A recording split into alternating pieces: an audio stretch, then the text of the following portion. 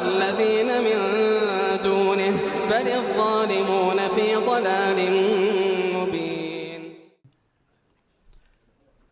إن الحمد لله نحمده ونستعينه ونستغفره ونعوذ بالله من شرور أنفسنا ومن سيئات أعمالنا من يهده الله فلا مضل له ومن يضلل فلا هادي له وأشهد أن لا إله إلا الله وحده لا شريك له وأشهد أن محمدا عبده ورسوله صلى الله عليه وعلى آله وصحبه وسلم. يا أيها الذين آمنوا اتقوا الله حق تقاته ولا تموتن إلا وأنتم مسلمون. يا أيها الناس اتقوا ربكم الذي خلقكم من نفس واحدة وخلق منها زوجها وبث منهما رجالا كثيرا ونساء واتقوا الله الذي تساءلون به والأرحام إن الله كان عليكم رقيبا. يا أيها الذين آمنوا اتقوا الله وقولوا قولا سديدا يصلح لكم أعمالكم ويغفر لكم ذنوبكم ومن يطع الله ورسوله فقد فاز فوزا عظيما. أما بعد فإن أصدق الحديث كتاب الله وخير الهدي هدي محمد صلى الله عليه وسلم وشر الأمور محدثاتها وكل محدثة بدعة وكل بدعة ضلالة وكل ضلالة في النار. ثم أما بعد إخوتي في الله، ما زال حديثنا موصولا في دراسة أصول سنة الإمام أحمد رحمه الله تعالى رحمة واسعة على شرح فضيلة الشيخ سليمان الرحيلي حفظه الله تعالى. أخانا مروان يقرأ من قوله والإيمان من قوله نعم بشفاعة النبي صلى الله عليه وسلم. والإيمان بشفاعة النبي صلى الله عليه وسلم وبقوم يخرجون من النار بعدما احترقوا وصاروا فحما فيؤمر بهم إلى نهر على باب الجنة كما جاء في الأثر كيف شاء الله وكما شاء إنما هو الإيمان به والتصديق به. نعم، إذن قلنا إن الأصل 21 من أصول السنة والإيمان بشفاعة النبي صلى الله عليه وسلم وبقوم يخرجون من النار بعدما احترقوا وصاروا فحما. إذن النبي صلى الله عليه وسلم يشفع. قال رسول الله صلى الله عليه وسلم إن الله يخرج قوما من النار بالشفاعة، رواه مسلم في صحيح. وقال النبي صلى الله عليه وسلم إن الله يخرج قوما من النار بشفاعة محمد صلى الله عليه وسلم، رواه أبو داود والترمذي وابن ماجه وصححه الألباني رحمه الله. إذن نؤمن أن هناك من أهل النار من الموحدين أهل الكبائر من يخرج منها بعد أن يدخلها بشفاعة الشافعين كما ذكرنا. وأعظم من هذا برحمة الله تبارك وتعالى بعد أن يفرغ الشفعاء من الشفاعة ما أحلم الله وما أرحم الله subhanahu wa ta'ala. Donc on a vu que parmi les fondements de la sunna, le 21e fondement, qui est le fait de croire en l'intercession du prophète sallallahu alayhi wa sallam, et qu'il y aura des gens qui entreront en enfer parmi les croyants, parmi les monothéistes, mais qui en sortiront après avoir été calcinés et devenus comme du charbon. Et parmi les causes leur permettant de sortir donc du feu de l'enfer, eh bien l'intercession du prophète sallallahu alayhi wa sallam, puis l'intercession des prophètes, des messagers après lui, des gens pieux et autres que cela. Donc il dit dans un hadith, le prophète sallallahu alayhi wa sallam, certes Allah fera sortir des gens du feu de l'enfer par le biais de ash-shafa'a, l'intercession. Dans un autre hadith, il dit, certes, Allah fera sortir des gens de l'enfer par l'intercession de Muhammad, sallallahu alayhi wa sallam. Donc nous croyons qu'il y a des gens parmi les croyants, parmi les monothéistes, qui entreront en enfer.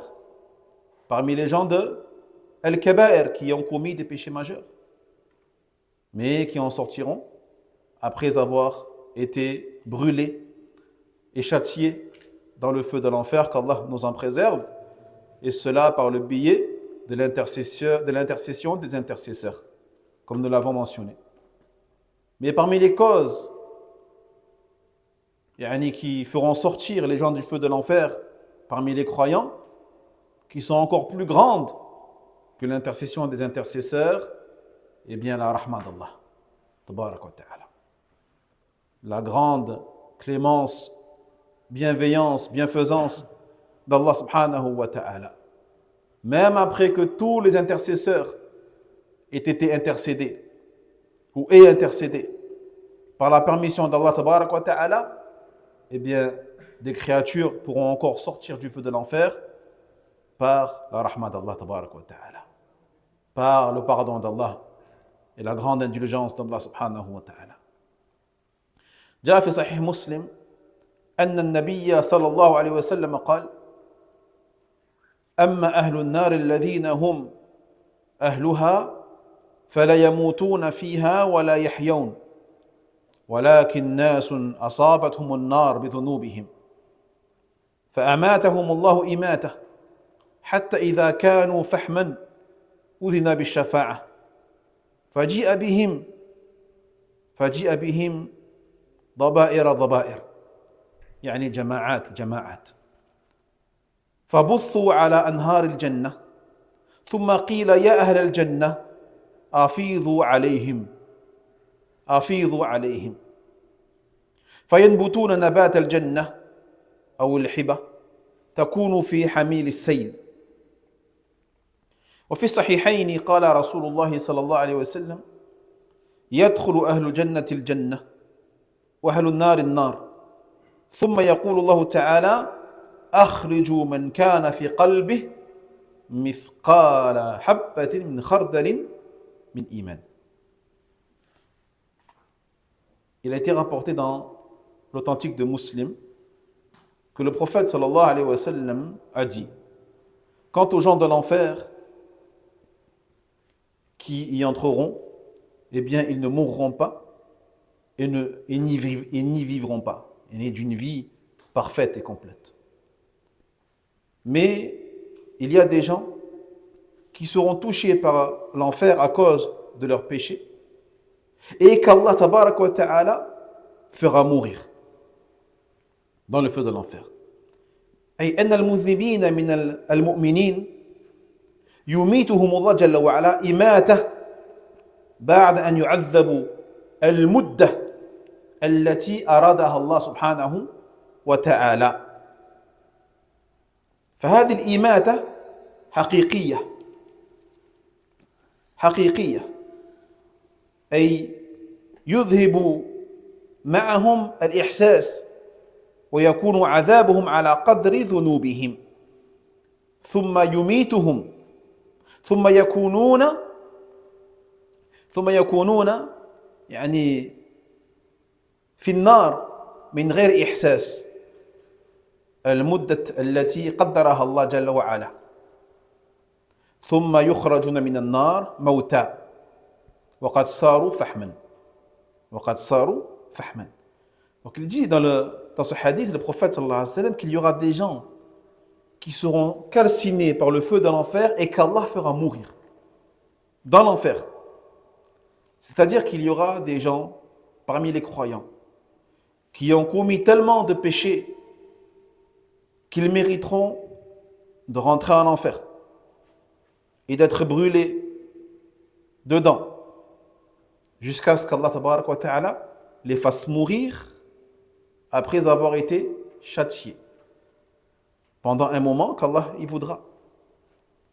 Et cette mort est une mort véritable qui fera disparaître leurs sensations et leurs sens après avoir été châtiés d'un châtiment qu'Allah il voudra. Puis Allah les fera mourir et ils mourront pendant une période qu'Allah il voudra. Puis Allah tabarak wa ta'ala les fera sortir du feu de l'enfer. Dans cet état-là, en étant morts. Et après avoir été donc rendus comme du charbon. Puis il dit, et lorsque ils seront comme du charbon, là on autorisera l'intercession en leur faveur. Et on les fera venir par groupe. Et là, ils seront jetés dans les fleuves du paradis. Et leurs corps seront jetés dans les fleuves du paradis. Et là, on dira aux gens du paradis, Afidhu alayhim. Afidhu alayhim. Ay subbu alayhim min ma'il jannah. Subbu alayhim min ma'il jannah. Et là, on dira aux gens du paradis, ô gens du paradis, déversez sur eux de l'eau du paradis. Déversez sur eux de l'eau du paradis. Puis dit le prophète, sallallahu alayhi wa sallam, et là, ils repousseront, comme repousse la graine qui pousse sur l'eau du torrent. L'eau qui coule, qui ne stagne pas, mais qui coule, mais qui ramène avec elle un peu de terre.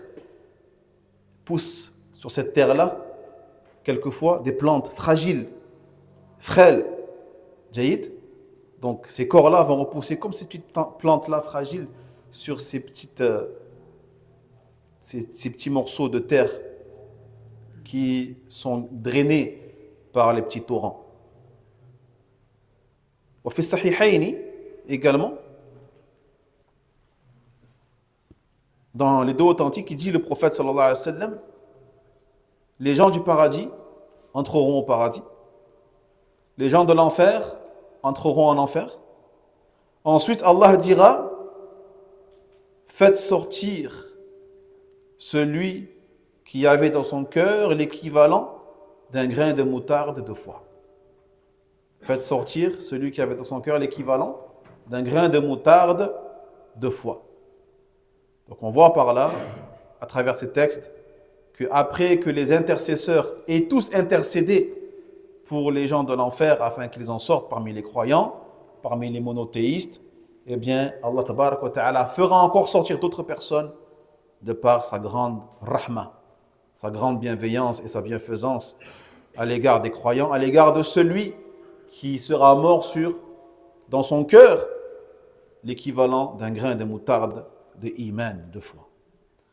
وأحاديث الشفاعة متواترة وأجمع عليها أهل السنة والجماعة وإنما ينكرها أهل البدع كالخوارج والمعتزلة. Donc les hadiths concernant l'intercession sont mutawatira. On a déjà expliqué tout à l'heure ce que cela voulait dire. Et les gens de la sunna et de l'union sur la vérité sont unanimes sur la foi en l'intercession. Et ne le rejettent ou ne la rejettent que les gens de l'innovation tels que Al-Khawarij ou Al-Mu'tazila. نعم مروان اقرأ إن شاء الله. والإيمان أن المسيح الدجال خارج مكتوب بين عينيه كافر والأحاديث التي جاءت فيه والإيمان بأن ذلك كائن وأن عيسى بن مريم. حسبك. طيب إذن هذا هو الأصل الثاني والعشرون، الإيمان أن المسيح الدجال خارج مكتوب بين عينيه كافر، مكتوب بين عينيه كافر. فمن الأصول التي جاءت بها السنة ويجب الإيمان بها وأجمع عليها أهل السنة الإيمان أن المسيح الدجال، ومعنى المسيح الدجال في حقه شديد الضالة الكذاب. هذا هو معنى الدجال، أي شديد الضالة الكذاب، يخرجه الله تعالى في آخر الزمان فتنة بما يعطاه من الآيات. كإنزال المطر وإحياء الأرض بالنبات وغيرها من الآيات. وسمي مسيحا لأنه أعور العين، أعور العين أي ممسوح العين. وقيل لأنه يمسح الأرض كلها في 40 يوما إلا مكة والمدينة. والدجال هو الكذاب، هذا هو الدجال الأكبر، الكذاب الأكبر. يعني ما في كاذب أكبر وأعظم من هذا المسيح الدجال، وفتنته من أعظم الفتن. Donc, le fondement numéro 22, le fait de croire en la sortie prochaine de Al-Masih Ad-Dajjal et qu'il sera écrit entre ses deux yeux kafir, et de croire donc en tous les hadiths qui ont été rapportés à ce sujet. Donc la foi à cette créature qui fait partie des enfants d'Adam alayhi salam. Donc le mot Ad-Dajjal ici signifie celui qui est dans un grand égarement et le grand menteur. Allah tabarak wa ta'ala fera sortir cet homme à la fin des temps et en fera une épreuve pour les êtres humains. Une épreuve en vertu des signes et des capacités qu'Allah tabarak wa ta'ala lui a données, telles que le fait de faire tomber la pluie, ou le fait de faire revivre la terre une fois morte en faisant pousser des plantes sur elle, et autre que cela parmi les capacités qu'Allah tabarak wa ta'ala lui donnera avec sa permission. Et pourquoi l'appelle-t-on Al-Masih? Il y a deux avis sur cela. Premier avis, Al-Masih parce qu'il est borgne. Donc il a un œil qui est mamsouh, qui est effacé. Un des deux yeux qui est effacé. Certains disent, on l'appelle Al-Masih car il va traverser toute la terre entière, comme s'il essuyait la terre entière avec ses pieds, et cela lui prendra seulement 40 jours, excepté deux endroits dans lesquels il ne pourra pas rentrer, qui sont la Mecque et Al-Médina. Donc Ad-Dajjal, c'est Al-Kadhab, le grand menteur. C'est pour ça qu'on l'appelle comme ça. Et c'est même le plus grand des grands menteurs. Et sa fitna fait partie des épreuves les plus difficiles que vont connaître les enfants d'Adam alayhi salam. وفي صحيح مسلم عن عمران بن حسين رضي الله عنه قال سمعت رسول الله صلى الله عليه وسلم يقول ما بين خلق آدم إلى قيام الساعة خلق أكبر من الدجال. أي ليس بين خلق آدم إلى قيام الساعة خلق أكبر من الدجال. Il dit, le prophète sallallahu alayhi wa sallam, selon Imran ibn Hussein, qu'il n'y a pas parmi la création ou entre la création de Adam alayhi salam jusqu'à la fin des temps une création plus grande que Ad-Dajjal. أي في الفتن أي في الفتن فأعظم فتنة من خلق الله تبارك وتعالى أو منذ خلق الله آدم عليه السلام إلى قيام الساعة هي فتنة الدجال. Donc le sens du hadith ici du prophète sallallahu alayhi wa sallam, c'est que depuis la création de Adam, il n'y a pas eu une fitna, une épreuve plus grande et plus dangereuse que celle de هذا المسيح الدجال. وفي صحيح البخاري قال النبي صلى الله عليه وسلم إني إني لأنذركموه وما من نبي إلا أنذره قومه لقد أنذر نوح قومه ولكني أقول لكم فيه قولا لم يقله نبي لقومه تعلمون أنه أعور وأن الله ليس بأعور. وفي الصحيحين أن النبي صلى الله عليه وسلم قال ما بعث نبي إلا وأنذر أمته الأعور الكذاب. Dans l'authentique del Bukhari, il dit le prophète sallallahu alayhi wa sallam, certes, je vous mets en garde contre lui. Et il dit, il n'y a pas un prophète qui est venu qui n'ait mis en garde son peuple contre Ad-Dajjal. Nuh alayhi salam a mis en garde son peuple contre lui. Mais moi, je vais vous dire une chose à son sujet qu'aucun prophète avant moi n'a dit. Il dit, sachez qu'il est borgne. Sachez qu'il est borgne et qu'Allah n'est pas borgne. Et dans les deux authentiques, il dit le prophète sallallahu alayhi wa sallam, il n'y a pas eu un prophète avant moi qui n'ait pas mis en garde sa communauté contre le grand menteur borgne. إذن هذا مما جاء به الأنبياء جميعا كل الأنبياء إلا أنه أعور وإن ربكم ليس بأعور وإن بين عينيه مكتوب كافر كاف فاراء يقرأها كل مؤمن قارئ أو غير قارئ. Dans un hadith, il dit également qu'il nous fait comprendre que tous les prophètes donc ont averti, ont mis en garde contre lui, leur peuple, sauf que le prophète sallallahu alayhi wa sallam est le seul qui a donné ce détail-là, qu'il est borgne. Et que votre Seigneur n'est pas borgne. Et qu'il y a écrit entre ses deux yeux, kafir. Kafir. Et que pourront lire ce mot-là entre ses deux yeux, parmi les croyants, celui qui sait lire comme celui qui ne sait pas lire.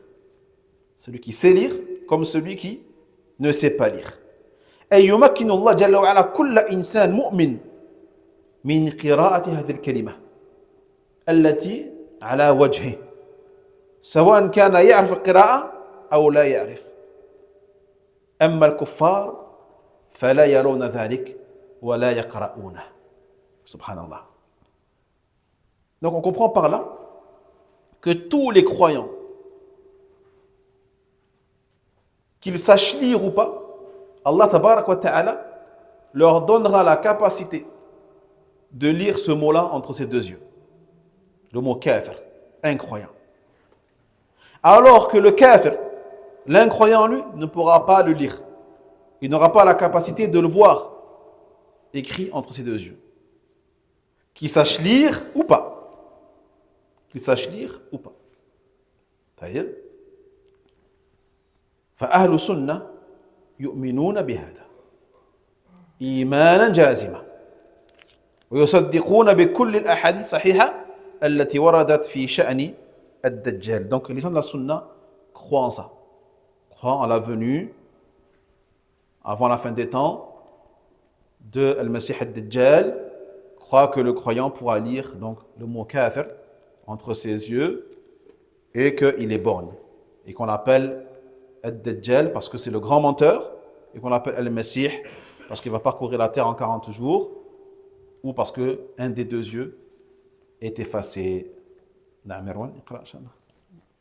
وأن عيسى بن مريم عليه السلام ينزل فيقتله بباب لد.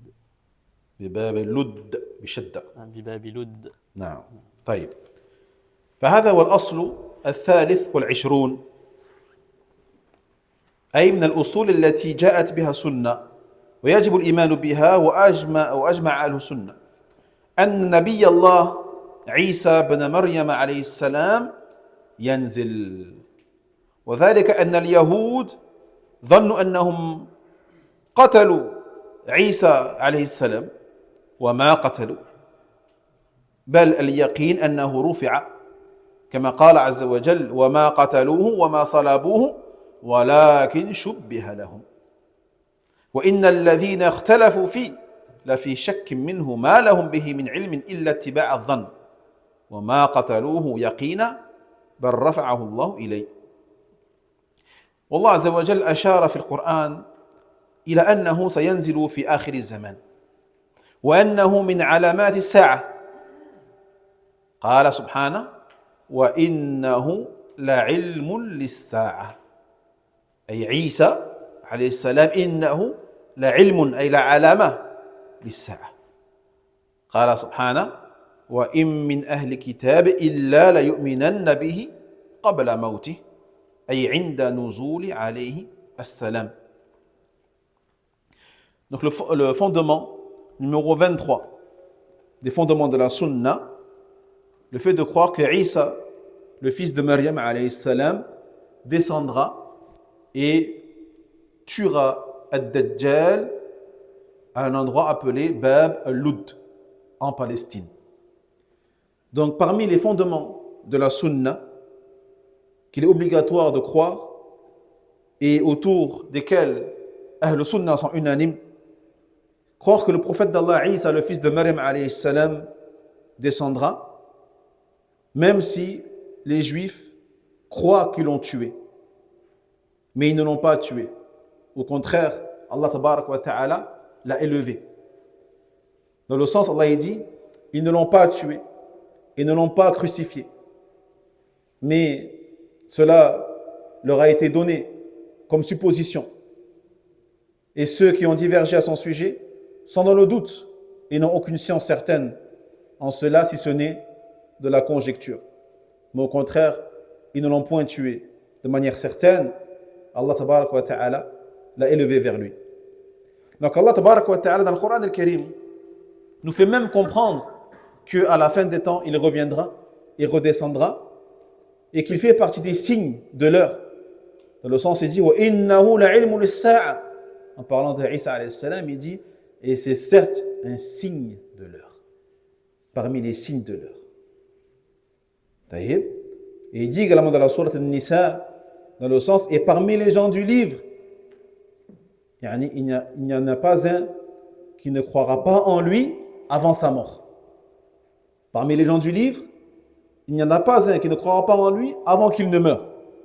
C'est-à-dire, lorsqu'il va redescendre sur terre, ils croiront tous en lui. Ils croiront tous en lui avant qu'il ne meure. Car il va mourir. Il fait partie des gens, des enfants d'Adam alayhi salam. Mais, lorsqu'il redescendra, il dit à Allah wa im min ahli al-kitabi illa la yu'minanna bihi qabla mawtih.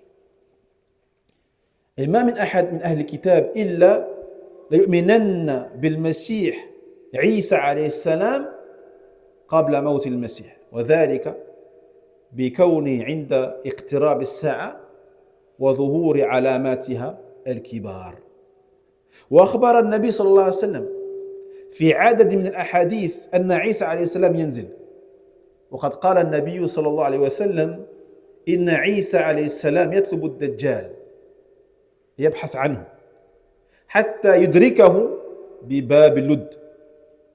وباب لد اسم قرية في فلسطين من قرى بيت المقدس، وهذا في فلسطين كما قال الشيخ فيقتله كما رواه مسلم في صحيح.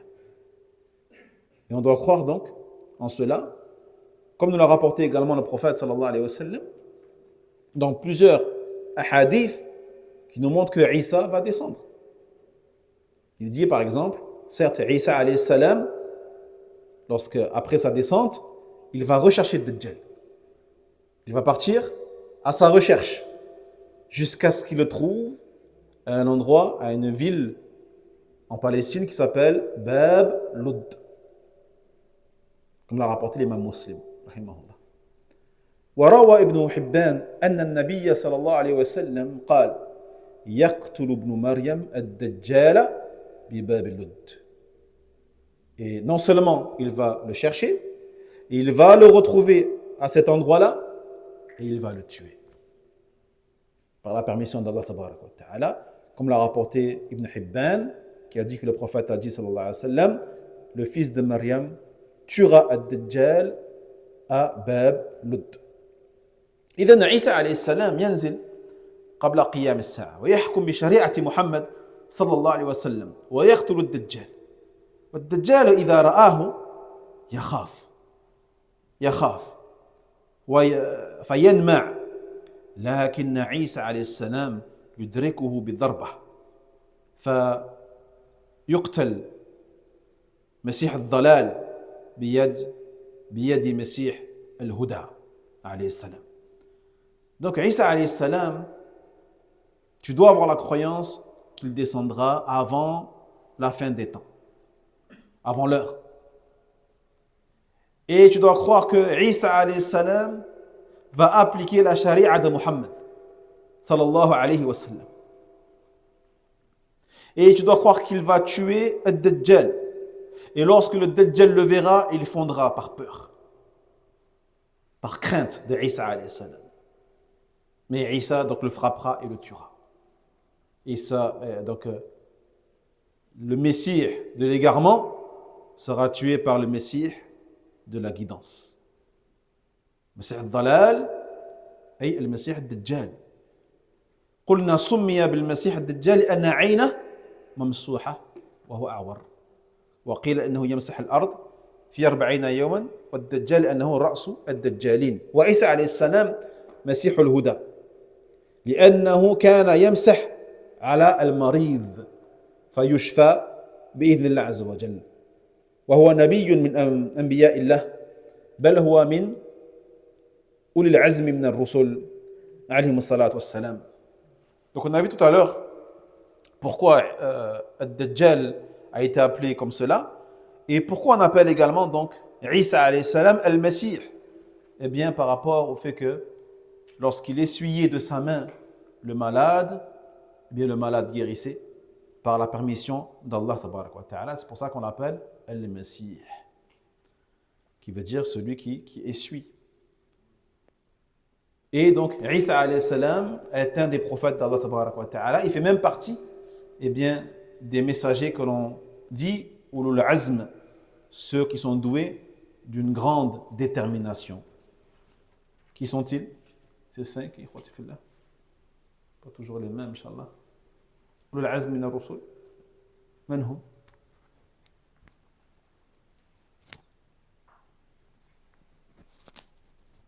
Adam. نوح عليه السلام، إبراهيم عليه السلام، موسى عليه السلام، عيسى عليه السلام، ومحمد صلى الله عليه وسلم. Donc les 5 messagers qu'on dit ulul azm, ceux qui étaient doués d'une détermination exceptionnelle, ce sont Nuh, Ibrahim, Moussa, Isa et Muhammad alayhim as-salatu was-salam. ولماذا سموا بذلك؟ لما تميزوا به من الهمة العظيمة في الدعوة إلى الله تبارك وتعالى وصبر على ما نالهم من الأذى البليغ في سبيل الله والثبات في مواجهة الباطل والقوة في الحق. Donc pourquoi ils sont appelés comme ça? Eh bien par rapport à leurs préoccupations, leurs soucis dans l'appel à Allah tabarak wa ta'ala, exceptionnel. Et leur patience sur ce qu'ils ont vécu comme préjudice et comme épreuve face à leur peuple dans le sentier d'Allah tabarak wa ta'ala. Mais malgré tout ça, ils ont persisté et ont continué à lutter contre le faux et à rester forts sur la vérité. Taïeb, et vous connaissez tous l'histoire de Nuh alayhi salam, Ibrahim, Moussa, Isa et Muhammad, comment ils ont été éprouvés dans la da'wah à Allah tabarak wa ta'ala. Naam. Marwan. والإيمان قول وعمل يزيد وينقص كما جاء في الخبر أكمل المؤمنين إيمانا أحسنهم خلقا ومن ترك الصلاة فقد كفر وليس من الأعمال شيء تركه كفر إلا الصلاة من تركها فهو كافر وقد أحل الله قتله. طيب إذن الأصل 24 الإيمان قول وعمل يزيد وينقص يزيد وينقص والأصل الخامس والعشرون من ترك الصلاة فقد كفر وليس من الأعمال شيء تركه كفر إلا الصلاة. إذن من الأصول التي جاءت بها السنة ويجب الإيمان بها وأجمع عليه أهل السنة وخالف فيها مبتدعة الإيمان بأن الإيمان قول وعمل. Donc parmi les fondements, mes frères, de la sunna, le 24e fondement, eh bien, croire que la foi est parole et acte. Foi, parole et acte. Et qu'elle augmente comme elle peut diminuer. Qu'elle augmente comme elle peut diminuer, comme cela a été rapporté dans l'information. Les croyants les plus parfaits en foi sont les meilleurs en termes de comportement, comme l'a dit le prophète Mohammed sallallahu alayhi wa sallam. Puis le 25e fondement, consistant à croire que celui qui délaisse la prière, il aura mécru. Comme l'a dit certains parmi les salafs, il n'y a pas un acte dont le délaissement relève de l'incroyance, du kufr, si ce n'est la prière. Si ce n'est la prière. Donc celui qui délaisse la prière, il aura mécru. Wallahu al-musta'an.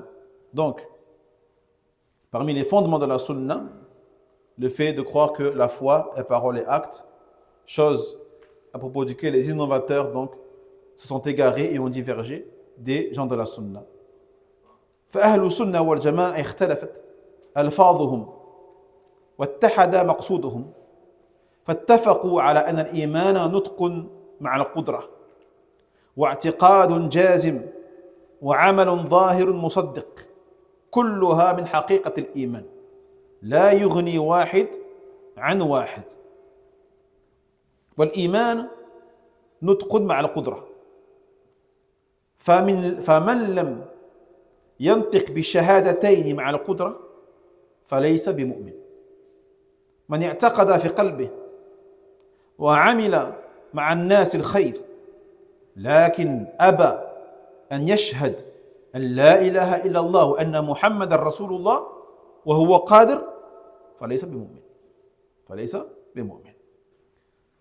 Donc à propos de la définition de la foi, il faut savoir que les gens de la sunna et de l'union ont divergé sur les termes, mais sont unanimes sur le résultat ou la réalité de la définition de la foi. Ils sont unanimes sur le fait que la foi est une parole de la langue, en fonction bien sûr de la capacité de la personne, est une croyance ferme dénuée de doute et un acte apparent, visible, qui va venir prouver l'existence de la foi ou qui va concrétiser la foi de l'individu. Donc ces trois choses-là, nutqun bil lisan, une prononciation de la langue avec la capacité, une croyance du cœur ferme et des œuvres apparentes qui vont venir prouver la foi. Ces trois choses-là sont la réalité de la foi et sont indissociables.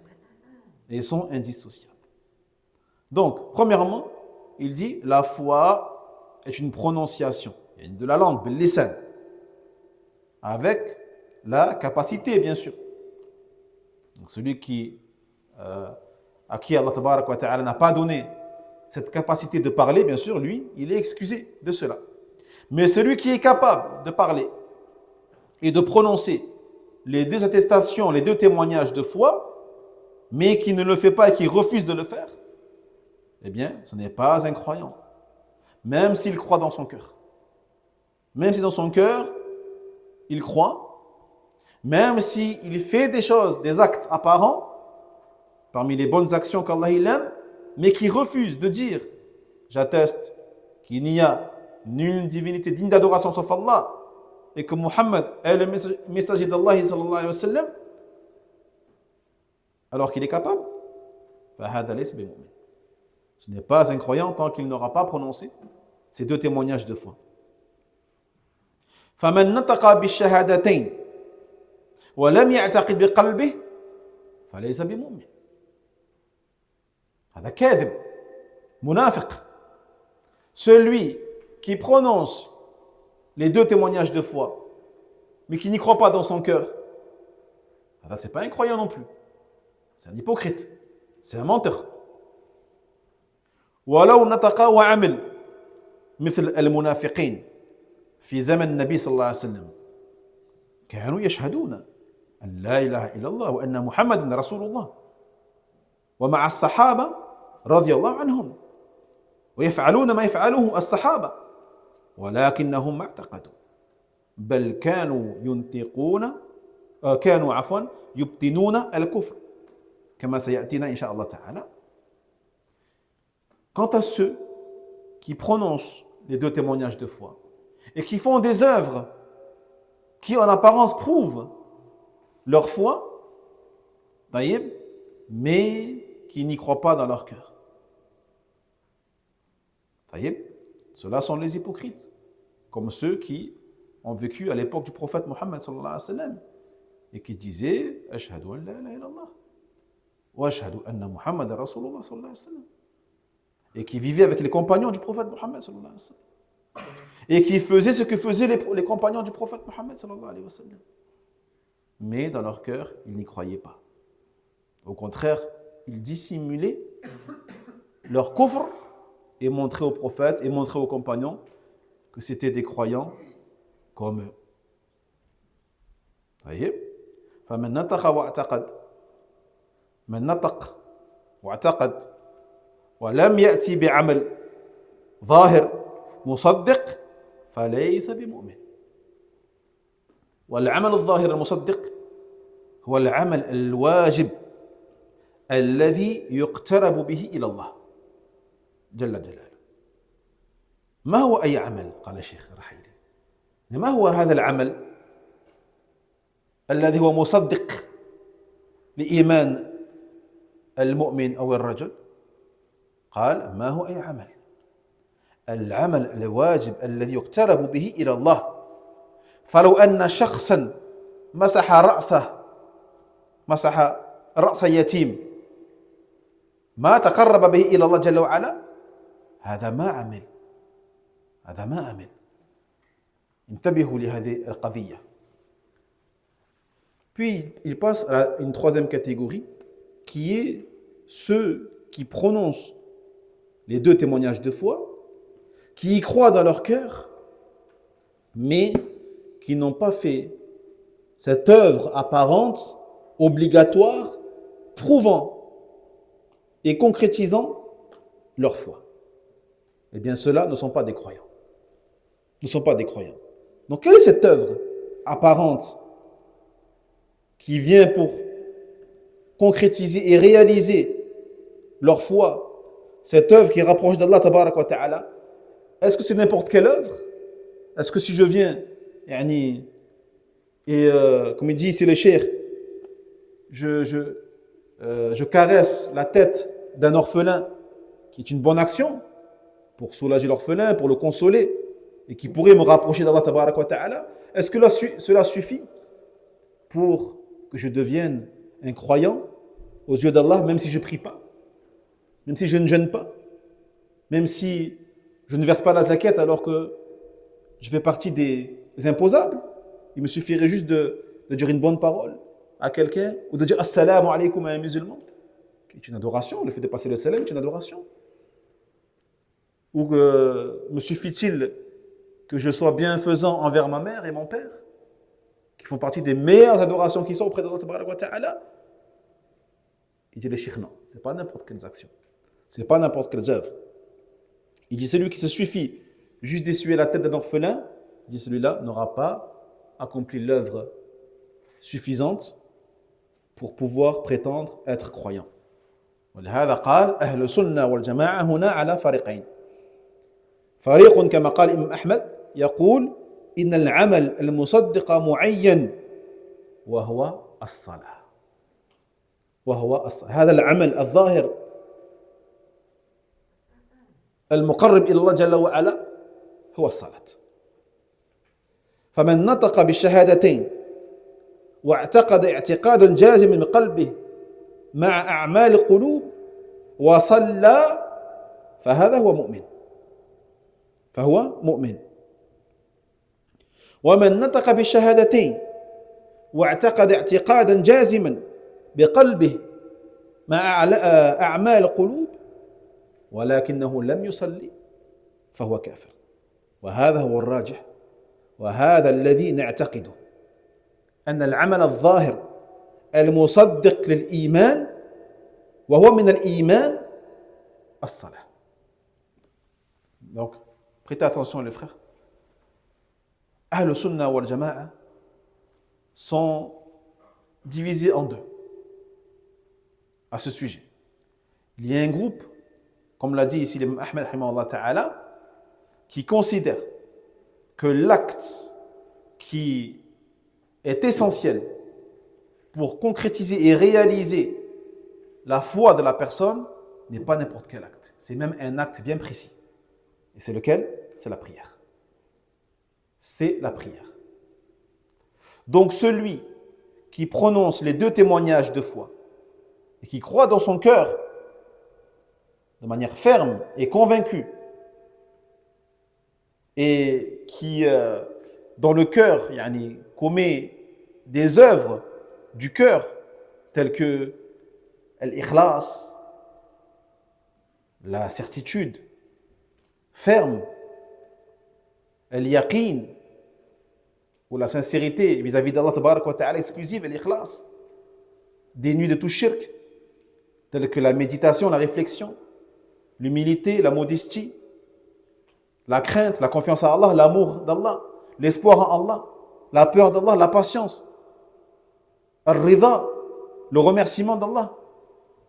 Tout cela, ce sont des actes du cœur, car le cœur a des actes. Et parmi ces actes-là, on a dit la peur, l'espoir, l'amour d'Allah tabarak wa ta'ala, la confiance en Allah subhanahu wa ta'ala.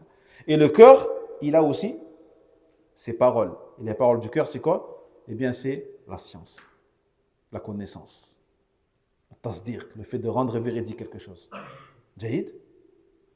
Donc, si la personne prononce les deux témoignages de foi, croit dans son cœur de manière ferme et prie, eh bien, elle sera croyante auprès d'Allah tabarak wa ta'ala.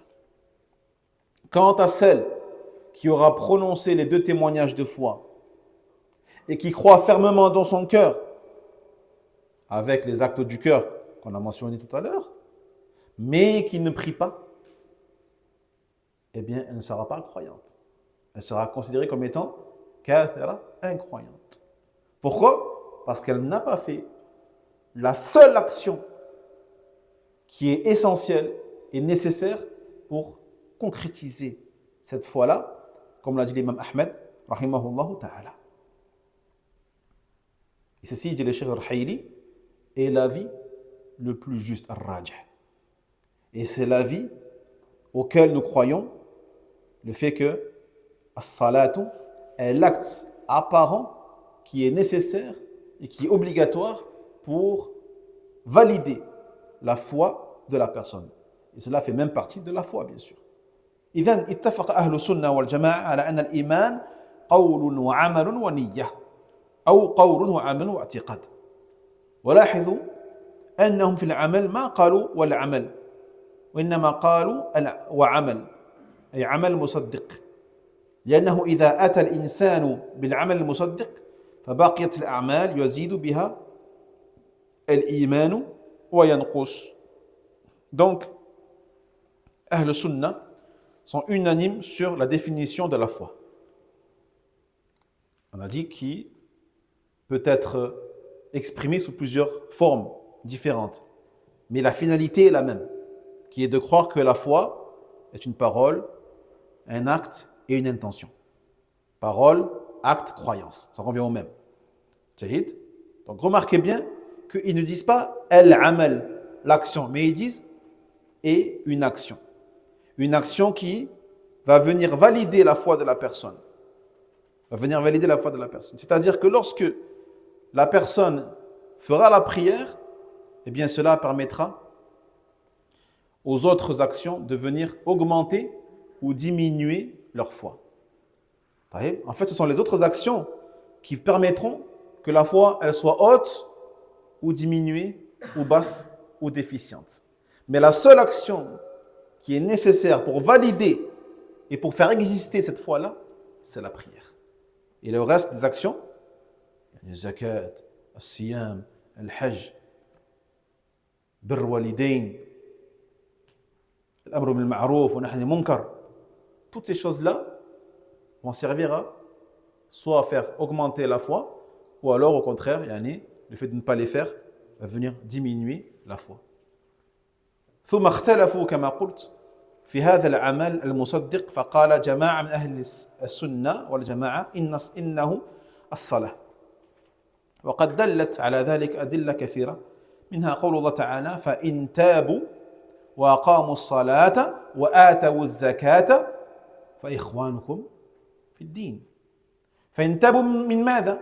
إن تابوا من الشرك ووحدوا وأقاموا الصلاة وآتوا الزكاة فإخوانكم في الدين. Puis, ils ont divergé sur cet acte-là qui est nécessaire pour rendre justement valide la foi. Donc on a dit, un premier groupe qui dit que cet acte-là est un acte bien précis, c'est la prière. Ça c'est le premier avis. On a dit c'est l'avis le plus fort. Prouve cela plusieurs textes. Parmi eux, la parole d'Allah Tabarak wa Ta'ala dans la sourate At-Tawbah, dans le sens il dit, et s'ils se repentent et accomplissent la prière et versent la zakat, alors ce sont vos frères en religion. S'ils se repentent de quoi? Du shirk, de association en Allah Tabarak wa Ta'ala. Et ont unicisé Allah Jalla wa Ala dans leur adoration. Et accomplissent la prière et versent la zakat, alors ce sont vos frères en religion. فما مفهوم الآية؟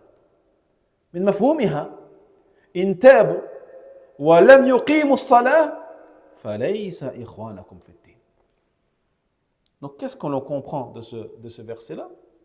On comprend que s'ils se repentent du shirk, du polythéisme, mais ils ne font pas la prière, alors ce ne sont pas vos frères en religion. Tant qu'ils n'auront pas accompli la prière. Donc ils n'auront pas accompli الصلاة. طيب فيشكل أمر زكاة قال سبحانه وأتاوا الزكاة نقول الشيخ قال نقول الزكاة خرجت بدليل أي بدليل آخر فالراجح أن من وحد وأتى بالشهادتين وصلى ولم يؤدي الزكاة لا جحودا لوجوبها لا يكفر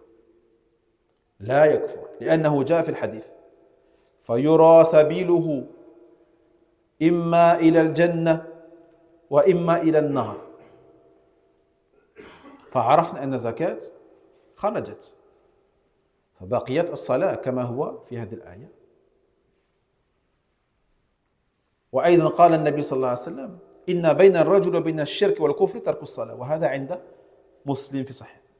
Donc, on a dit, on comprend dans ce verset-là que celui qui se repent du shirk et qui ne fait pas la prière, eh bien, ce ne sont pas nos frères en religion. Mais que dire alors de la zakat? Puisque dans le verset, Allah Tabarak wa Ta'ala dit dans le sens, et qui accomplissent la prière et qui versent la zakat. Donc, est-ce qu'on peut dire la même chose pour la zakat? Dans le sens où celui qui ne verse pas la zakat, ce ne sont pas nos frères en religion? Il dit le cheikh, la zakat, sort de cet argumentaire-là grâce ou à cause d'autres textes religieux qui ont été rapportés. Et vous savez que pour émettre un jugement, nous devons réunir les textes. Najma an-nusus. Nous ne pouvons pas prendre un verset en fermant les yeux sur les autres versets ou les autres hadiths. C'est vrai que si on prend seulement ce verset-là, eh bien on dira, celui qui ne verse pas la zakat et qui ne prie pas, ou qui prie mais qui ne verse pas la zakat, eh bien ce n'est pas un croyant non plus.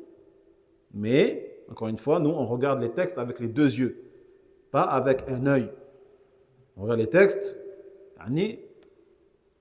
avec les yeux, et pas comme celui qui est borgne et qui voit d'un œil. Mais on prend tous les textes et on les réunit. Donc ce qui est correct, c'est que celui qui a unicisé Allah Jalla wa Ala et qui a prononcé les deux témoignages de foi et qui a prié, même s'il ne verse pas la zakat, c'est un péché grave, alors qu'il en a les moyens, qu'il est imposable, eh bien il n'aura pas commis un acte de kufr. Il ne sort pas de l'islam à cause de cela. Bien sûr, à condition qu'il ne rejette pas l'obligation. Il reconnaît que c'est obligatoire. Il dit c'est obligatoire, mais il refuse.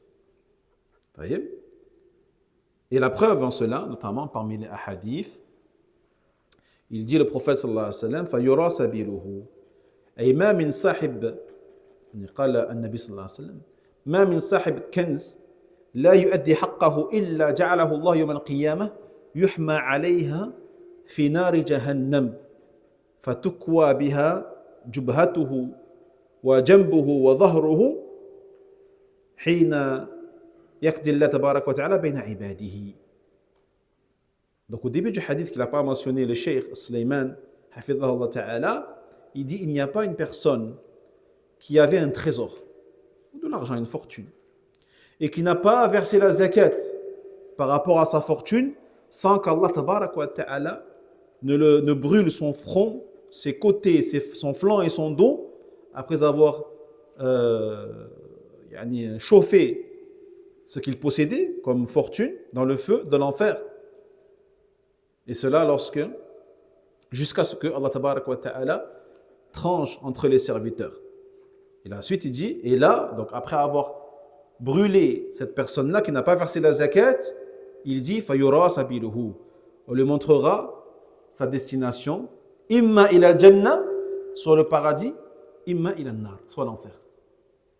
Donc si ça avait été un kafir à cause de son refus de verser la zakat, il n'aurait pas dit imma ila al-jannah. Il aura deux voies possibles, soit il ira au paradis ou soit il ira en enfer. Cela nous montre que cela ne fait pas sortir de l'islam. Il a dit également le prophète sallallahu alayhi wa sallam par rapport au fait du délaissement de la prière, faisant sortir la personne de l'islam qui refuse de prier. Il dit entre l'homme croyant et entre l'association et le kufr, le délaissement de la prière. C'est-à-dire le délaissement de la prière est ce qui va différencier le croyant de l'incroyant et du polythéiste. Hadith rapporté par l'imam Muslim. قال النبي صلى الله عليه وسلم العهد الذي بيننا وبينهم الصلاة فمن تركها فقد كفر رواه أحمد وأبو داود والنسائي ابن ماجه بإسناد صحيح. Il a dit le prophète sallallahu alayhi wa sallam dans le hadith rapporté par l'imam Ahmed et d'autres, il dit l'engagement entre nous et eux, c'est-à-dire entre nous musulmans et les incroyants, c'est la prière. Celui qui la délaisse, il aura mécru. C'est-à-dire que celui qui ne fait pas la prière, il aura le même jugement que les incroyants. Et celui qui l'a fait, il sera avec nous dans nos engagements, dans les obligations, dans les devoirs. والأدلة كثيرة منها مثلا ما في صحيح مسلم أن النبي صلى الله عليه وسلم قال ستكون أمراء فتعرفون وتنكرون فمن كره سلم ومن أنكر بريء ولكن من رضي وتابع قالوا أفلا نقاتلهم قال لا ما صلوا لأن صلاتهم تبقي إيمانهم أما لو تركوا الصلاة فإنهم يكفرون. Donc les preuves sont nombreuses à ce sujet, et parmi elles, par exemple, le hadith rapporté par Muslim, qui a dit que le prophète sallallahu alayhi wa sallam a dit il y aura parmi vous des dirigeants umara, fata'rifuna wa tunkirun, chez qui il y a des choses que vous aimerez et des choses que vous n'aimerez pas. Faman kariha salim, donc celui qui détestera les péchés qu'ils font, il sera à l'abri.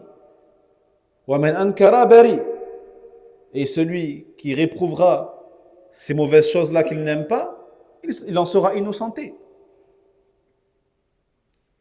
Donc ceux qui risquent le châtiment d'Allah tabaraka wa ta'ala ne sont que ceux qui accepteront et qui agréeront ce qu'ils font et qui suivront ce qu'ils font dans le péché, bien sûr.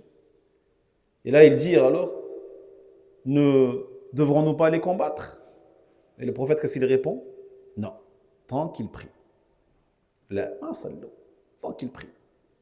C'est-à-dire que leur prière, il les gardera dans la foi et fera qu'ils seront toujours croyants malgré les mauvaises choses qu'ils font. Mais si jamais ils délaissent la prière, alors là, ils auront mécru.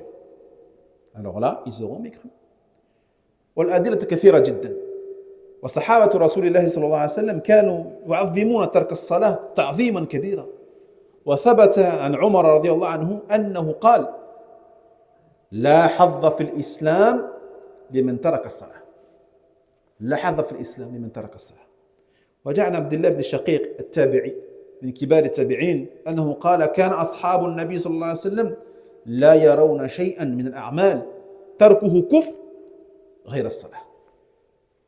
Donc les nombreuses, encore une fois, les preuves sont très nombreuses et les compagnons du prophète Mohammed sallallahu alayhi wa sallam, bien sûr, sont parmi ceux qui grandifiaient le plus l'importance de la prière. Comme il a été rapporté par Omar radhiyallahu anhu qui a dit celui qui ne prie pas, il n'a aucune part dans l'islam. Celui qui ne prie pas n'a aucune part d'islam. Il a été rapporté par un des tabi'in, Abdullah ibn Shaqiq, donc qui a connu de nombreux compagnons, car il fait partie des grands parmi les tabi'in. Il dit, les compagnons du prophète sallallahu alayhi wa sallam ne voyaient pas le délaissement d'un acte comme étant du kufr, excepté le délaissement de la prière. Excepté le délaissement de la prière. فقال الشيخ انتبهوا يا إخوة أنا أتكلم في الشيء في غاية الأهمية في مسألة الإيمان من أهل السنة والجماعة من يرى أن العمل المصدق هو من الإيمان هو الصلاة ولكن لهذا مفهوم مخالفة بمعنى أن نقول كما يقول بعض الناس إن من لا يرى أن ترك الصلاة كفر لا يكون من أهل السنة. الجواب لا. أئمة الإسلام ما يرون أن ترك الصلاة كسلا كفر. ولذلك من دقيق فقه الإمام ابن عبد البر أنه لما جاء إلى مسألة ترك الصلاة كسلا ذكر أولا المرجئة والمعتزلة والخوارج ثم قال وبعد فرغنا من كلام أهل البدع نذكر كلام أهل السنة فذكر خلاف أهل السنة. ففرق لما؟ لأن أهل البدع لا يرون أن ترك الصلاة كفر بناء على أصولهم الفاسدة ومنهم من يرى أن ترك الصلاة كفر بناء على أصولهم الفاسدة. أما أهل السنة فالمدار عندهم على الأدلة. الخلاف مبني على الأدلة لا على الأهواء ولا على الجهل ولا على الضلال ولكن يأتي هنا الفريق الثاني من أهل السنة والجماعة وهم الذين يرون أن العمل المصدق للإيمان عمل من الأعمال الواجبة يفعله العبد تقربا. فإذا نطق واعتقد وعمل عملا واجبا تقربا إلى الله حصلت عنده حقيقة الإيمان وحصلت فيه حقيقة الإيمان. Donc écoutez bien les frères, ici, il dit, le cheikh, parmi les gens de la sunna, donc il y a ceux qui considèrent que l'acte nécessaire et obligatoire, indispensable pour valider la foi, c'est la prière. Mais est-ce qu'on doit comprendre par là que ceux qui disent que la prière n'est pas l'acte indispensable pour valider la foi ne font pas partie de la sunna? La réponse est non. Parce qu'il y a, comme on a dit tout à l'heure, deux groupes en cela. Un groupe qui dit ça et un second qui ne dit pas ça, mais qui fait aussi partie des gens de la sunna. Vous voyez? Car il y a des imams, parmi les grands imams de l'islam, qui voient que celui qui délaisse la prière par paresse, pas parce qu'il considère que ce n'est pas obligatoire. Car celui qui considère que ce n'est pas obligatoire, mais la chèque. Celui qui dit les 5 prières ne sont pas obligatoires, lui, ce n'est pas un croyant. Il n'y a pas de divergence là-dessus.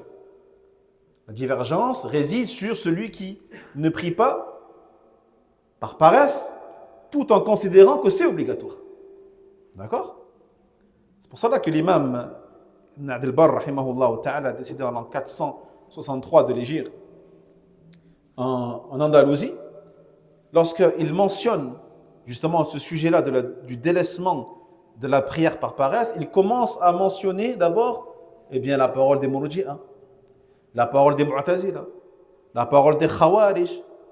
Et ensuite, une fois qu'il a terminé d'évoquer tous les avis de ces groupes égarés, c'est là qu'il mentionne après l'avis des gens de la Sunna. Et qu'il mentionne justement la divergence entre les gens de la Sunna. Donc pourquoi il y a une différence entre l'avis divergent des Mubtadi'a et celui aussi divergent entre les deux groupes de la Sunna? Eh bien la différence est que parmi les gens de la Bid'a, qui voient que le délaissement de la prière n'est pas de l'incroyance, ils se basent sur leurs fondements qui sont erronés et qui sont basés non sur des textes et une science tirée du livre d'Allah et de la Sunna, mais juste sur leur passion, leur ignorance et leur égarement. Et même ceux parmi eux qui disent que le délaissement de la prière est une incroyance, ils se basent également sur des mauvais fondements, tels que les Khawarij. Les Khawarij te disent celui qui ne prie pas, c'est un kafir. Mais sur quoi ils se basent eux? Ils se basent sur des usul batila, fasida, sur des mauvais fondements. Alors que Ahl Sunnah, eux, lorsqu'ils disent que le délaissement de la prière par paresse n'est pas du kufr, ou ceux qui disent que le délaissement de la prière, dans tous les cas, c'est du kufr, ils se basent sur des dalils clairs et des raisonnements scientifiques qui sont acceptables d'un côté comme de l'autre. D'un côté comme de l'autre. Wadah? C'est clair les frères par rapport à ça? Naam. Donc parmi Ahl Sunnah, on a dit le second groupe qui considère que ceux qui considèrent plutôt que l'acte indispensable pour valider la foi de la personne est un n'importe quel acte rapprochant d'Allah Tabaraka wa Ta'ala. N'importe quelle adoration qui rapproche d'Allah Tabaraka wa Ta'ala suffit pour valider la foi. Mathalan, tu attestes les 2 témoignages de foi, tu y crois dans ton cœur, bien sûr, et tu jeûnes le mois de Ramadan. Chez eux, ils disent que c'est suffisant. Même si le délaissement de la prière, bien sûr, est une cause diminuant fortement leur foi et montre que leur foi elle est déficiente. Ça, c'est un avis qui existe. Et c'est un avis des imams ou certains imams de la Sunna. Donc, ils disent que celui qui prononce, qui croit et qui fait un des actes rapprochant d'Allah Tabaraka wa Ta'ala, eh bien sa foi sera concrétisée en cela. Est-ce que c'est clair, les frères? Quel est l'avis pour celui qui retarde la prière en fin de journée, par exemple, qui fait sortir du temps légiféré? Ça rentre dans la paresse ou... Eh oui, ça rentre dans la paresse, ça rentre dans la divergence qu'on vient de mentionner. Donc certains vont dire que c'est du kufr, et d'autres vont dire que c'est un péché parmi les péchés, mais qui ne sort pas de l'islam. C'est pour ça que certains disent que si la personne fait sortir volontairement la prière de son heure, elle ne la rattrape pas, parce qu'elle ne sera jamais acceptée. D'autres ils disent non, il faut la rattraper quand même, par précaution. Allahu a'lam. والشاهد أن إمامنا الإمام أحمد رحمه الله تعالى أراد هنا أن يقول إن الإيمان نطق مع القدرة وهو القول أي النطق بالشهادة مع القدرة وهو اعتقاد القلب الجازم مع أعمال القلوب والصلاة. هذا هو الفريق الأول، وهذا الذي نقول وهذا الذي نعتقد أن حقيقة الإيمان مركبة من هذا فإذا اختل واحد اختل الإيمان ومن أهل السنة والجماعة من يقول إن الإيمان قول واعتقاد وعمل ظاهر وفسرنا العمل الظاهر عندهم فإذا فعل عملا واجبا حتى لو ترك الصلاة يكون مؤمنا ولكن لا شك أنه ناقص الإيمان. Donc pour résumer, il dit l'imam Ahmed rahimahullah ta'ala, lorsqu'il dit que la foi est une prononciation avec la capacité, eh bien la prononciation des deux témoignages de foi, une croyance, c'est-à-dire une croyance du cœur, dénuée de tout doute. Et lorsqu'il dit wa amal, il parle de quoi? Il parle de la prière. Il parle de la prière. D'accord? Donc si on veut, on pourrait dire que pour ceux qui ont pris cet avis-là, ils peuvent dire al-iman nutqun bil lisan wa i'tiqadun bil janan bil qalb wa salat. Wa salat. Si tu veux vraiment définir la foi selon cet avis-là, tu dis la salat. On a tous compris que c'est la seule action, la seule adoration qui permet de valider la foi. Et d'autres parmi Ahl Sunnah, ils disent non. Ils disent que la foi, eh bien, c'est une parole, une croyance et un acte apparent qui rapproche d'Allah Tabaraka wa Ta'ala, quel qu'il soit.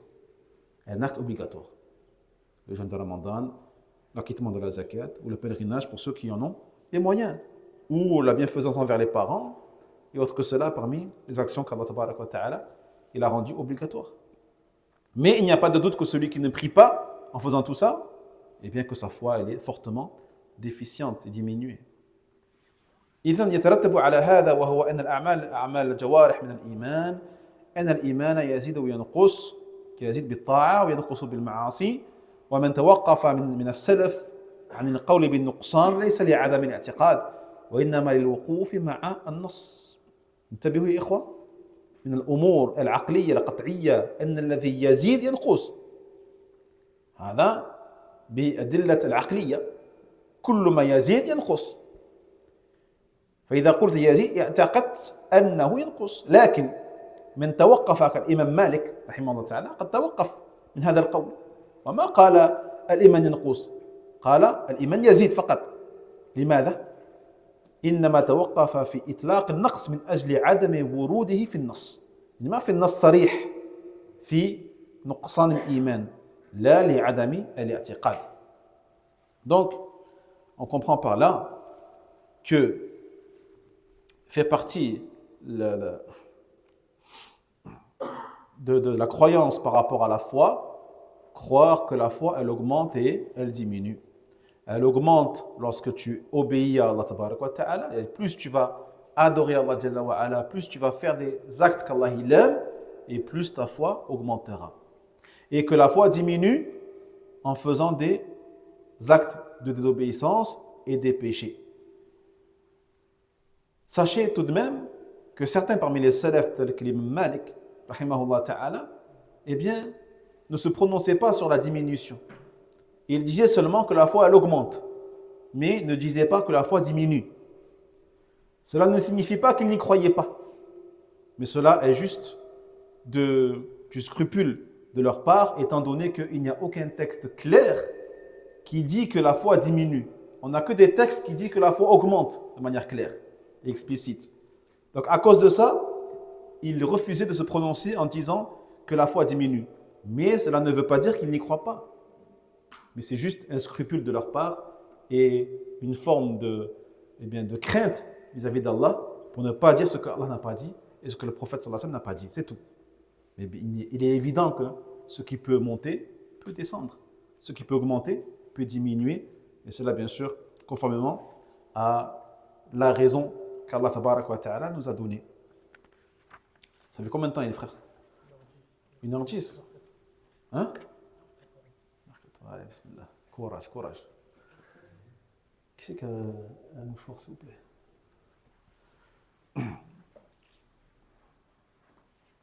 Non, Marwan. اقرأ إن شاء الله. وخير هذه الأمة. نعم. وخير هذه الأمة بعد نبيها أبو بكر الصديق ثم عمر بن الخطاب ثم عثمان بن عفان. نقدم هؤلاء الثلاثة كما قدمهم أصحاب رسول الله صلى الله عليه وسلم، لم يختلفوا في ذلك. ثم بعد هؤلاء الثلاثة أصحاب الشورى الخمسة: علي بن أبي طالب وطلحة والزبير وعبد الرحمن بن عوف وسعد، كلهم يصلح للخلافة وكلهم إمام. ونذهب في ذلك إلى حديث ابن عمر: كنا نعد ورسول الله صلى الله عليه وسلم حي وأصحابه متوافرون، أبو بكر ثم عمر ثم عثمان ثم نسكت. ثم من بعد أصحاب الشورى أهل بدر من المهاجرين، ثم أهل بدر من الأنصار من أصحاب رسول الله صلى الله عليه وسلم على قدر الهجرة والسابقة، أولا فأولا. ثم أفضل الناس بعد هؤلاء أصحاب رسول الله صلى الله عليه وسلم، القرن الذي بعث فيهم، وكل من صحبه سنة أو شهرا أو يوما أو ساعة أو رآه فهو من أصحابه، له من الصحبة على قدر ما صحبه. وكانت سابقته معه وسمع منه ونظر إليه نظرة، فأدناهم صحبة هو أفضل من القرن الذين لم يروه. ولو لقوا الله بجميع الأعمال كان هؤلاء الذين صحبوا النبي صلى الله عليه وسلم ورأوه وسمعوا منه، ومن رآه بعينه وآمن به ولو ساعة، أفضل لصحبته من التابعين ولو عملوا كل أعمال الخير. أحسنت، حسبك. طيب، إذن قال هنا الأصل 26، وهو أن خير هذه الأمة بعد نبيها أبو بكر الصديق، ثم عمر بن الخطاب، ثم عثمان، ثم عثمان بن عفان. ونقدم هؤلاء الثلاثة كما قدمهم أصحاب رسول الله صلى الله عليه وسلم. إذن قلنا، قال الشيخ، إن الأصل الأول الذي تقدم معنا متعلق بالتمسك بآثار الصحابة والاقتداء بهم، وهذا الأصل الذي معنا متعلق بهذين الأصلين بفضل الصحابة رضي الله عنهم. وقد جاءت السنة وأجمع أهل السنة على فضل صحابة رسول الله صلى الله عليه وسلم، وعلى أنهم أفضل البشر بعد الأنبياء عليهم الصلاة والسلام. Donc, on arrive ici au 26e fondement, qui est le fait de croire que les meilleurs de la communauté après leur prophète sallallahu alayhi wa sallam sont Abu Bakr Siddiq, Omar ibn Khattab et Uthman ibn Affan. Et on devance ces trois-là, comme l'ont fait les compagnons du messager d'Allah alayhi salatu wassalam. Donc ce fondement-là est lié aux deux premiers fondements, qui sont le fait de s'attacher aux traces et à la voie des compagnons, et le fait de les prendre pour modèle. Donc c'est un fondement ici qui est relatif à ces deux fondements-là, les tout premiers que l'on a vus au début de Ad-Dawra. Donc la sunna, elle est venue, et Ahlul Sunna sont unanimes sur le mérite de tous les compagnons du messager d'Allah sallallahu alayhi wa sallam, et sur le fait que ce sont les meilleurs humains, les meilleurs êtres humains, après bien sûr les prophètes et les messagers alayhim salatu wassalam. فالصحابي من هو؟ الصحابي هو كل من لقي النبي صلى الله عليه وسلم مؤمنا به ولو ساعة ومات على ذلك ولو تخللت ذلك ردة. Donc qu'est-ce qu'un compagnon? Qu'est-ce qu'il faut réunir comme condition pour faire partie des compagnons du messager d'Allah sallallahu alayhi wa sallam? Il dit, c'est le cheikh, c'est celui qui a rencontré le prophète sallallahu alayhi wa sallam en croyant en lui, même s'il n'est resté avec lui qu'une heure de la journée, et puis il ne l'a jamais plus revu de sa vie. Et qui est mort sur la foi, bien sûr, même si entre-temps, il aurait apostasié de la religion. D'accord? Ça, c'est la définition la meilleure et la plus complète du compagnon. Le compagnon, c'est celui qui a rencontré le prophète, sallallahu alayhi wa sallam, en étant croyant, ne serait-ce qu'une heure, et qui est mort sur cela, et ce même s'il y a eu entre-temps, après sa rencontre, une période d'apostasie, mais qu'il est revenu à l'islam avant de mourir. فالصحابي هو كل من لقي فهذا أدق من قول العلماء رأى لأن بعض العلماء يقولون الصحابي من رأى النبي صلى الله عليه وسلم لكن قول من لقي أفضل وأدق لماذا؟ لأنه يدخل في الصحابة الأعمى والأعمى لا يرى فكل من لقي النبي صلى الله عليه وسلم مؤمنا به ولو ساعة والساعة هي المقدار من الزمان وليس كما عندنا اليوم أنها تساوي 60 دقيقة وإنما المقدار من الزمان لو كان يسيرا طيب donc il dit ici la définition c'est celui qui a rencontré le prophète sallallahu alayhi wa sallam et cette définition là c'est la plus précise et la meilleure. Pourquoi? Parce que certains diront c'est celui qui a vu le prophète sallallahu alayhi wa sallam, et cela exclurait du coup les aveugles qui ne voient pas. D'accord? Donc, la définition la plus précise est celui qui a rencontré le prophète alayhi salatu wassalam, en étant croyant, ne serait-ce qu'un moment. Tout à l'heure, j'ai traduit par une heure, mais en vrai, c'est une erreur de ma part, parce que ce qui est voulu par sa'a ici, c'est une période dans le temps. Que ce soit une heure, ou moins ou plus. Ça peut être 10 minutes, 5 minutes, un quart d'heure, une demi-heure. طيب, donc ne serait-ce qu'un laps de temps. جيد. ومات على ذلك ولو تخللت ذلك ردة. يعني لو أنه ارتد ثم رجع إلى الإسلام فإنه لا يسلب لقب الصحبة. Donc même s'il y a eu entre-temps des périodes où il a apostasié de l'islam, mais qu'il est revenu sur cela et il s'est repenti auprès d'Allah Jalla wa Ala, il récupère son statut de compagnon, même s'il n'a pas revu le prophète ou n'a pas rencontré le prophète par la suite. Alayhi salatu wassalam. وأجمع أهل السنة والجماعة على أن الصحابة متفاوتون في فضلهم وهذا التفاضل والتفاوت يسمى عند العلماء تفاضل في الكمال والتفاضل في الكمال لا يستلزم نقصا ولذلك نقول إن صفات الله عز وجل تتفاضل وإن كلام الله عز وجل يتفاضل وهذا تفاضل في الكمال لا يستلزم نقصا ونقول إن الرسل يتفاضلون الرسل يتفاضلون بينهم فهذا تفاضل في الكمال لا يستلزم نقصا ونقول إن الصحابة يتفاضلون وهذا تفاضل في الكمال لا يستلزم نقصا فأقل الصحابة فضلا أفضل من كل المسلمين من غير الصحابة. Donc Ahl Sunna wal Jama'a sont unanimes sur le fait que les compagnons, bien sûr, ont des degrés différents auprès d'Allah Ta'ala. Certains seront meilleurs que d'autres.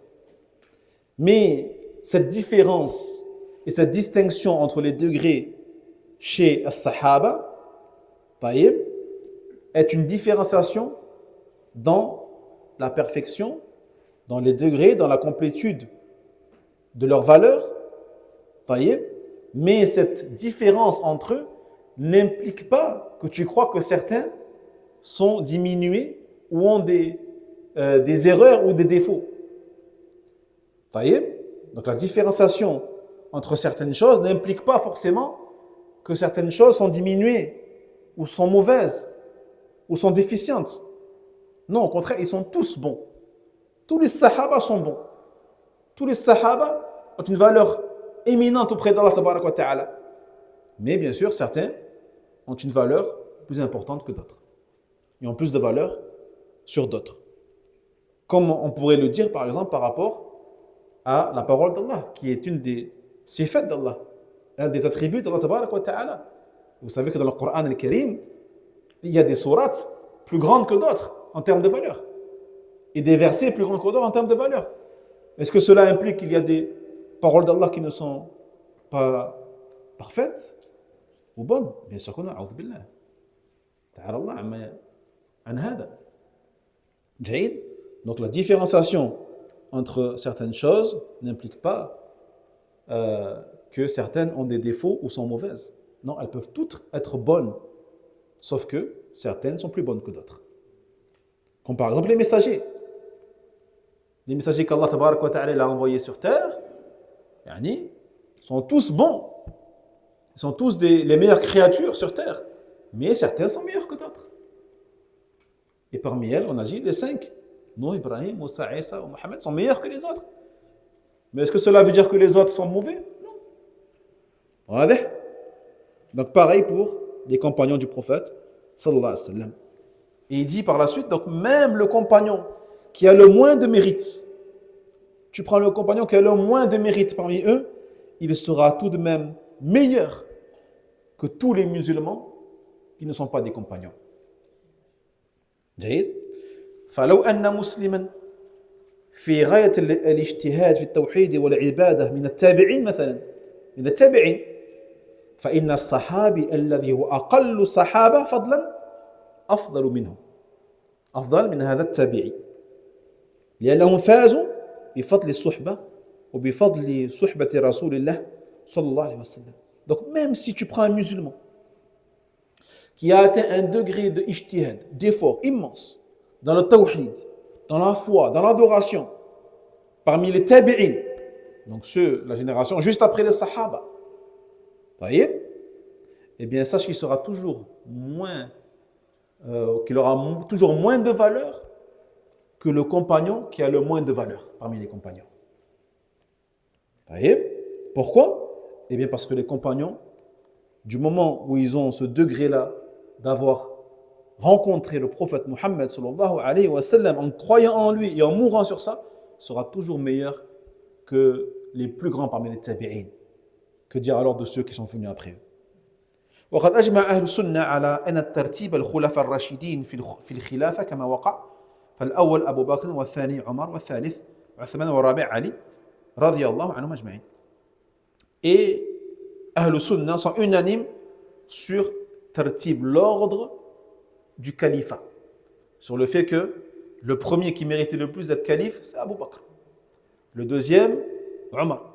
Le troisième, Uthman. Et le quatrième, Ali. Ils sont unanimes sur ça. Il n'y a aucune divergence sur l'ordre du califat.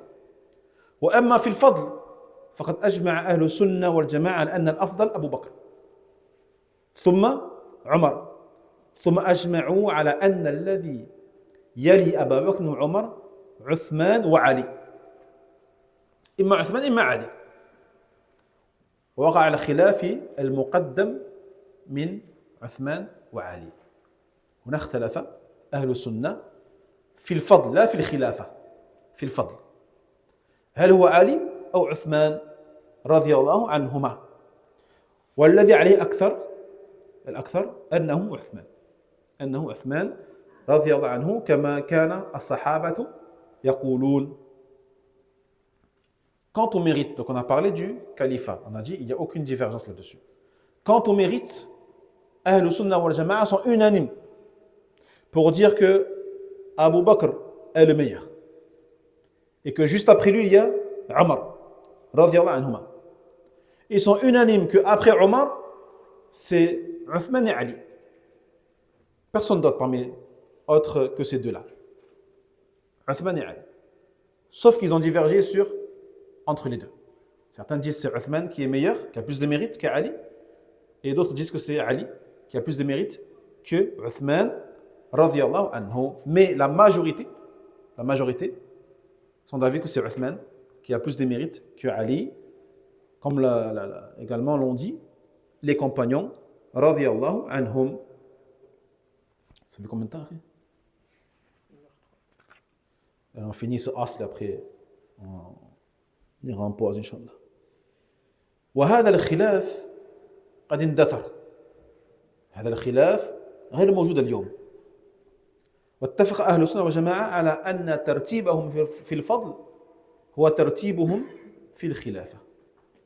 أبو بكر وعمر وعثمان وعلي. ثم بعدهم المبشرون بالجنة الذين شهد لهم الرسول صلى الله عليه وسلم بالجنة. فهم مبشرون بالجنة وهم أحياء على وجه الأرض.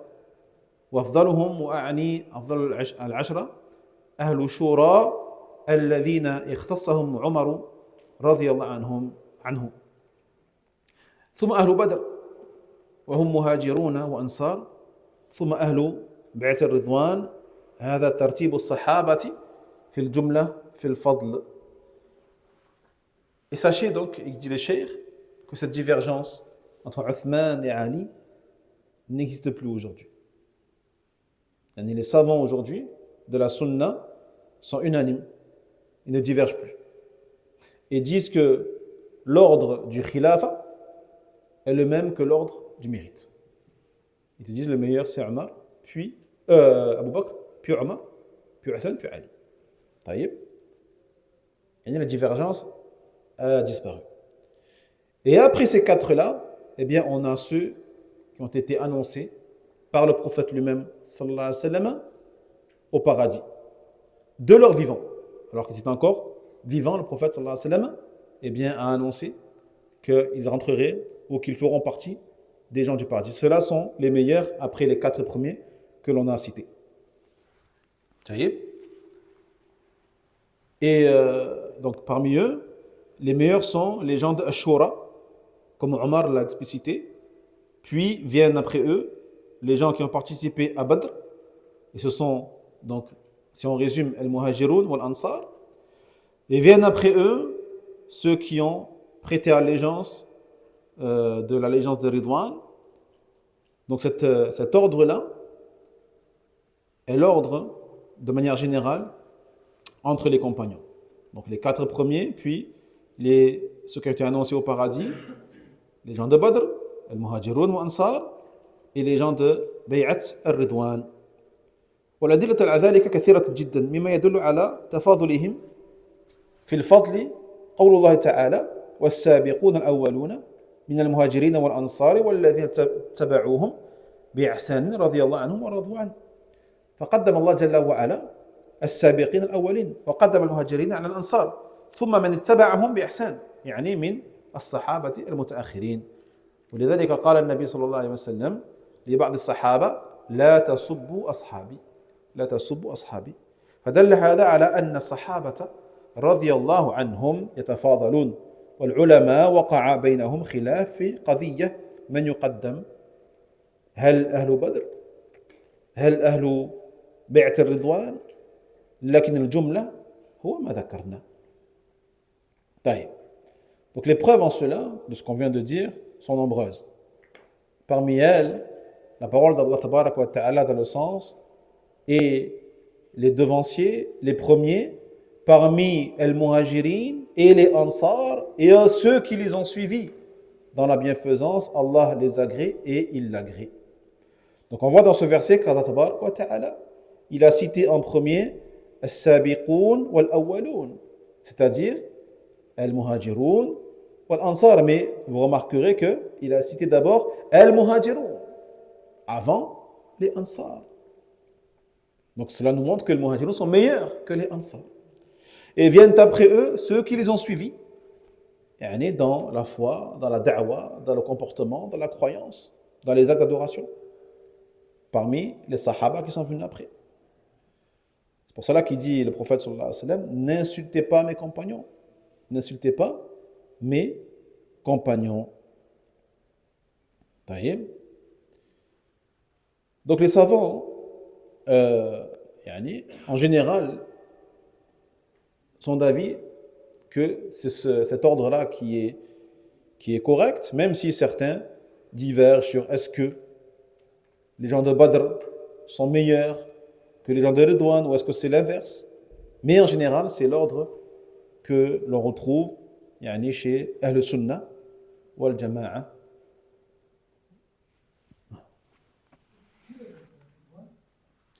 C'est les compagnons qui ont prêté allégeance, ce serment d'allégeance au prophète Mohammed sallallahu alayhi wa sallam, qu'on appelle Bi'at al-Ridwan. Donc, ils viennent dans l'ordre après les gens de Badr, après les Muhajirin et les Ansar. D'accord? Wallahu ta'ala, a'la wa a'lam. نكتفي بهذا القدر إن شاء الله. Et on continuera après salat al-Maghrib. بارك الله فيكم والعلم عند الله وآخر دعوانا أن الحمد لله رب العالمين وصلى الله وسلم على نبينا محمد وعلى آله وصحبه أجمعين. بارك الله فيكم.